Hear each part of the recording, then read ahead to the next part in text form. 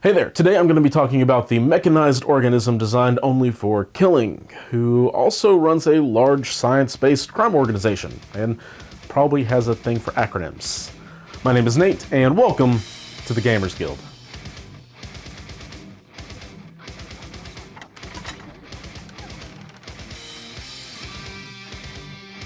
Alright, so there is plenty to go over with the latest take on our Humpty Dumpty-esque villain. So I'm planning on hitting his character card, followed by the team tactic cards that he comes with that also work for the first MODOK, and then finally his leadership for the criminal syndicate and how it stacks up against the other two that are really just some of the better leaderships in the game. So let's get into it. M.O.D.O.K, Scientist Supreme, has the alter ego of George Tarleton. He has a whopping 7 stamina, moves short on a 65mm base, is size 3 for 4 threat. He has 3 physical and energy defense and a whopping 5 mystic defense for a pretty tanky body up front. His builder is his Doomsday Chair Arsenal. It has a range of 4 and strength of 5 for no cost. Before choosing the target, M.O.D.O.K gets to decide if the attack will be physical or energy, and as with other builders, the attack will also provide M.O.D.O.K with power equal to the damage dealt. As well, on a wild, the target will gain the Incinerate condition. I'm just going to take a second and say that this is a really good builder. Incinerate on a 5-die builder that can swap between energy and physical is really solid. Not like Magical Christmas Land levels of good, but still really solid. We then have his Spender, Psionic Assault. It is a range 3 7-die mystic attack that costs 4, but it has 2 nice abilities attached to it. First is a guaranteed advance before damage is dealt, which is great because if this bigger attack dazes someone, you can just move them off an objective before they fall over, meaning they'll still have to waste some sort of resource to get back into position. Additionally, if the roll has a wild, the attack has disorient, meaning before damage is dealt, the target character gains stun. And that timing is a big deal, as we have seen a lot this year already, because it means whatever damage is dealt by the attack, it will only provide 1 power. So a pretty good attack all in all because of the guaranteed displacement. Then skipping over the leadership for now, we have his only active superpower. By my calculations, you'll be dead in seconds! I don't need to do that for the rest of these. It will cost him 3, but lets him throw a terrain feature of size 4 or less that is within range 3 short once per turn. So good extra damage sources are always welcome. The size 4 upgrade for the throw is nice over what original M.O.D.O.K has, but the short range hurts a bit compared to the OG M.O.D.O.K, who threw long like a quarterback. All in all though, a really nice range 3 terrain throw is always welcome. From here, things get really interesting, though, with some pretty unique stuff. First is the reactive, all in this world are beneath me. It has a cost of X, but not for M.O.D.O.K, really. It says when M.O.D.O.K is attacking, during the modified die step of the attack, if there is another allied character within range 3 of it, M.O.D.O.K may use this superpower. The allied character may then spend up to 3 power. For each power spent this way, M.O.D.O.K may reroll 1 die in his attack. This is a really cool idea that will let M.O.D.O.K make his subordinates pay for his consistency. So when teamed up with characters who build up a lot of power but don't really have ways to spend it, it becomes really nice. Now, unfortunately, it can only be used on attacks, but M.O.D.O.K does still have something for defense as well. His next reactive ability costs 2 and is called Genius Requires Sacrifice. Your sacrifice, to be precise. It says when M.O.D.O.K is attacked, he may use the superpower, choose another allied character within range 2, and then the chosen character becomes the target of the attack, regardless of range and line of sight. It only took us 3.5 years, but we finally got another character with the reverse bodyguard ability. And I am so pumped because it's such a cool ability that can make for some really cool combos. Then finally we have his lone innate ability, A.I.M M.O.D.O.K, Master of the Mental Arts. It has 2 parts. First, when defending against a mystic attack, he counts blanks on defense. So doing that on 5 dice is already just stupid levels of good. Additionally, M.O.D.O.K Scientist Supreme cannot be pushed or advanced as a result of an enemy mystic attack or enemy superpower.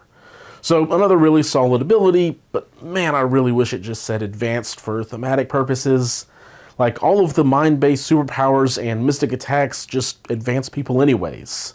There's no reason that M.O.D.O.K, Deadpool, Emma Frost, and others couldn't be reeled in by a Sentinel Snare, or Venom, Omega Red, etc. The only mind-related power push we have is Jean and her ability that just never gets used anyways, but ignore me and my soapbox. For the Web Warriors, that might just be another video down the road. The last thing to mention about M.O.D.O.K's card is that on his injured side, he does drop down to 5 stamina. So, let's look at some pros and cons. M.O.D.O.K has a lot to love about him. The reverse bodyguard and an already large health pool gives him some nice staying power. He has access to size 4 terrain throw and all 3 types of attack with consistency that doesn't even come from his own power supply. He even has a nice bit of anti-control thanks to the innate power. So again, there's a lot to love about M.O.D.O.K on certain setups, but he has one big negative that has kept many a model off of the table: the dreaded short move. It doesn't matter if you're on a 65 or a 35mm base, the short move is a liability. The Sentinels and Black Dwarf have it on a 65, Supergiant and Crossbones on the 35, Omega Red and Colossus have it on the 50. A short move without additional movement abilities like Hulk and his Gamma Leap is just a liability. Now, thankfully, M.O.D.O.K does have tools to mitigate this, in things like having his terrain throw, or just letting him be out of position but still have the range to double tap a target. All I'm saying is there are going to be some layouts and matchups where M.O.D.O.K is going to be a rough choice. However, in those other matchups, M.O.D.O.K has a lot going for him, like I said earlier. I do also want to go back and touch on some of the stupid stuff M.O.D.O.K can pull off with that reverse bodyguard. For instance, putting the attack onto somebody who will get cover or will suddenly benefit from martial artist all of a sudden is cute, but the real fun is when you get to be able to pass it off onto a affiliated friend like Mysterio or maybe Enchantress, who typically give your opponent the option to pay power to lower the defenses from their higher Mystic defense. But with this timing, the opponent doesn't even get the option to pay the power, they just have to attack into that higher defense all of a sudden. This also works the same way with Zola's Scientific Method card, which works out nicely again for some affiliated shenanigans. All in all, M.O.D.O.K is a really well-rounded 4-threat that relies a bit on being near friends, or at least allies, and who doesn't want to have to move around that much. As far as affiliations go, M.O.D.O.K Scientist Supreme is affiliated with the Criminal Syndicate, as well as Hydra.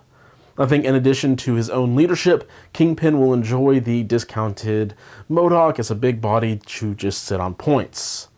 I also think that Hydra is going to be really fun for him between either being in the status condition tribal style list that Strucker runs, or just having the extra power from Red Skull, or better yet, having the friends with power for M.O.D.O.K to spend. Weird, but it works. However, I think the place where he will shine in all of his egg-headed glory the most is with the Wizards in Convocation. Having 5 dice counting blanks on defense more turns than not is just dumb. M.O.D.O.K is going to be so stupid tanky, and the leadership provides mobility, as does Doctor Strange, Sorcerer Supreme, and Clea. That really just seems tailor-made for M.O.D.O.K. His personalized tactic cards unfortunately don't really help alleviate those areas, but they do some interesting things.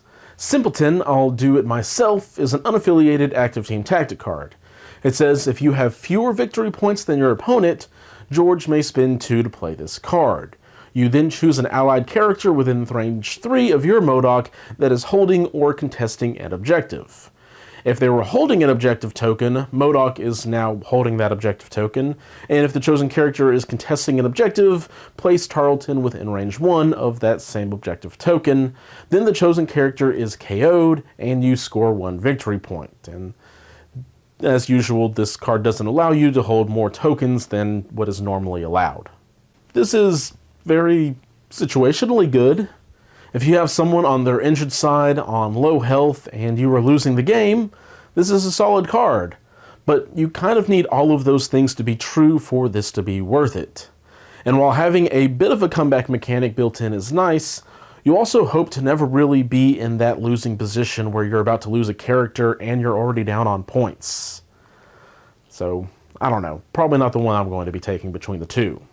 His other one is even weirder, though, somehow. Mind Games is also an unaffiliated active card. George has to be within range 2 of an enemy character, and then he may spend 3 to play this card.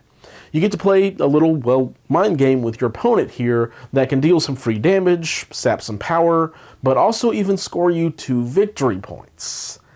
However, it also has the chance of scoring your opponent a victory point.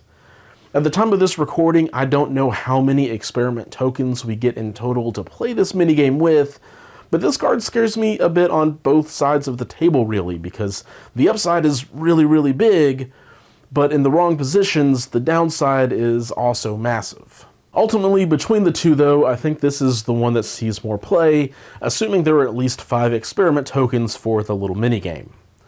And let's get into that leadership.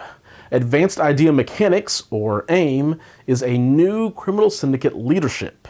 This one will let an allied character who is attacking or defending while holding or contesting an objective token change one of their die results into a hit or block, as long as their roll contains a wild once per turn. So this is kind of like Gamora's consistency ability, Deadliest Woman in the Galaxy, but only once per turn. Odd note is it's not once per turn per character, just a universal once per turn. So when defending, keep in mind that the defensive buff is only coming in once. All in all, this is a nice consistency buff that no one is going to dislike having access to, but I do think there are 2 types of characters that are going to like this leadership a lot if you're wanting to build around it. The first are those who need a hit to trigger an ability in an attack. This is mostly the rapid-fire characters, but there are others who also want it. The problem with this idea, though, is that Shadowlands Daredevil already has the market cornered for the rapid-fire abuse, and even within the same affiliation, so it doesn't really seem to make sense. The second, and the one I am most excited to try out, is the Pierce Squad. Basically, if you're going to profit some by triggering a Pierce, profit even more. Suddenly, a single wild becomes basically worth 3 successes. The wild is a success on its own, the also then gets to cancel a block, and then the extra die that is now a success. Now, granted, this strategy does rely on getting your wilds, but with someone like X23 or Killmonger who have dice consistency built in, well, I just think they're going to stab even better with MODOK around. But that's my thoughts on the new Scientist Supreme. Here at the end, I want to give a reminder to anyone who enters the monthly giveaway to get an MCP expansion of your choice from Tritex. All you need to do to enter is be subscribed to the channel and leave a comment on a video that was released in that same month. The more videos you comment on, the more chances you have at winning. If you are shopping for your mini stuff online, also consider using the guild's sponsors to support an LGS that is hosting game nights and a place to play for their local players. If you shop at Tritex, you can use the code TRITEXGGCP5 at checkout for an extra 5% off, and if you use that on a pre-order item like Squirrel Girl and Gwynpool, that'll save you an extra 25% off total.